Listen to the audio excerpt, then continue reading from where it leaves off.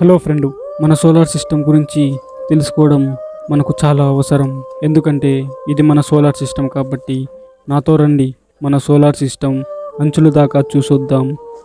మన సోలార్ సిస్టంలో ఎన్ని ప్లానెట్స్ ఉన్నాయి అని తెలుసా?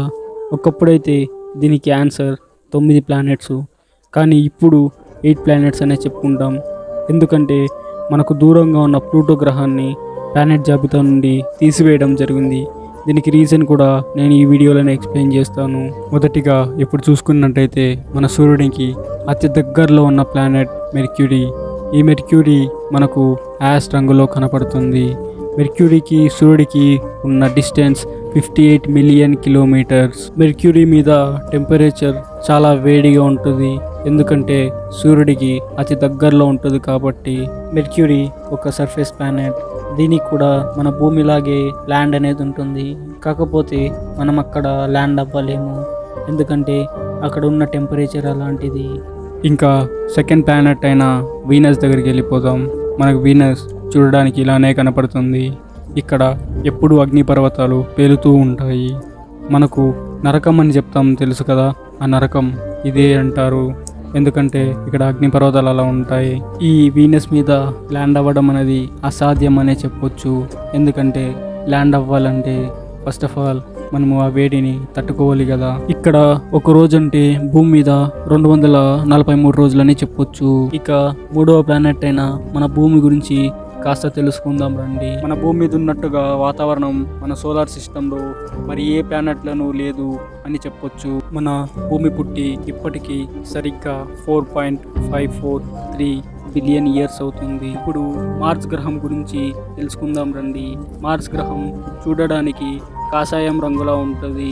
మార్స్ యొక్క రేడియస్ 2106 మైల్స్ ఉంటాయి. మార్స్ మన సోలార్ సిస్టంలో 4వ ప్లానెట్. మన భూమి మీదటలాగే 3.5 బిలియన్ ఇయర్స్ ముందు మార్స్ మీద కూడా నీరు అనేది ప్రవహించేదంట.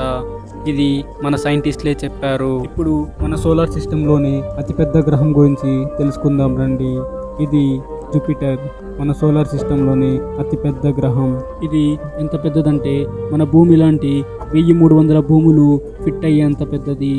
ఈ జూపిటర్కు ల్యాండ్ అంటే సర్ఫేస్ అనేది ఉండదు. మొత్తం డిఫరెంట్ టైప్స్ ఆఫ్ గ్యాసెస్ ఉంటాయి. అండ్ ఈ జూపిటర్కు చాలా మూన్స్ ఉంటాయి.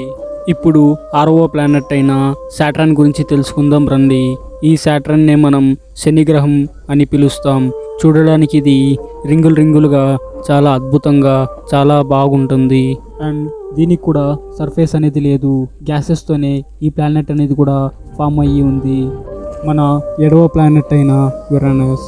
ఇందులో మన భూమి లాంటి భూముల్ని 63 భూముల్ని ఫిట్ చేసేంత సైజ్ అనేది ఇది ఉంటుంది. ఈ ప్లానెట్ చాలా కోల్డ్గా ఉంటుంది. సాటర్న్కి లాగా ఈ ప్లానెట్కి కూడా రింగ్స్ అనేది చుట్టుకొని ఉంటాయి. ఇదే మన 8వ ప్లానెట్ అయిన నెప్ట్యూన్.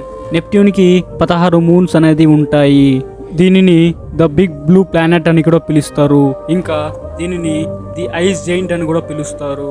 దీని అట్మాస్ఫియర్లో ఉన్న మీథేన్ సన్ దగ్గర నుంచి లైట్ రెడ్ కలర్ నుంచి అబ్జర్వ్ చేసుకుని మళ్ళా రిఫ్లెక్ట్ బ్యాక్ బ్లూ కలర్లో చేస్తుంది. ఇదే మన ప్లానెట్స్ జాబితా నుండి తొలగించబడ్డ ప్లూటో. దీని యొక్క డయామీటర్ మన మూన్తో కంపేర్ చేస్తే మన మూన్ కంటే 2.3 టైమ్స్ పెద్దగా ఉంటుంది. ఒక ప్లానెట్ని ప్లానెట్గా కన్సిడర్ చేయాలంటే ఇప్పుడు నేను చెప్పే 3 థింగ్స్లో 3 థింగ్స్ అనేది ఉండాలి. ఈ 3 థింగ్స్లో ఏ ఒక్క థింగ్ లేకున్నా ప్లానెట్ జాబితా నుంచి తొలగించబడుతుంది. మొదటిది, ఒక ప్లానెట్ అనేది ఖచ్చితంగా రౌండ్గానే ఉండాలి. రెండవది, ఒక ప్లానెట్ అనేది సన్ చుట్టూ ఆర్బిట్ చేయాలి. మూడవది, అది ట్రావెల్ చేసే ఆర్బిట్ అనేది క్లియర్గా ఉండాలి. మొదటి రెండింటిని ప్లూటో ఫుల్ఫిల్ చేసింది, కానీ మూడవ దాన్ని ఫుల్ఫిల్ చేయలేకపోయింది. అందుకే ప్లూటో అనేది ప్లానెట్ జాబితా నుండి తీసివేయడం జరిగింది. ఇలా తీసివేసిన ప్లానెట్ని డ్రాఫ్ట్ ప్లానెట్ అని పిలుస్తారు. ఇప్పుడు మనకి ప్లూటో అనేది డ్రాఫ్ట్ ప్లానెట్గా మిగిలిపోయింది.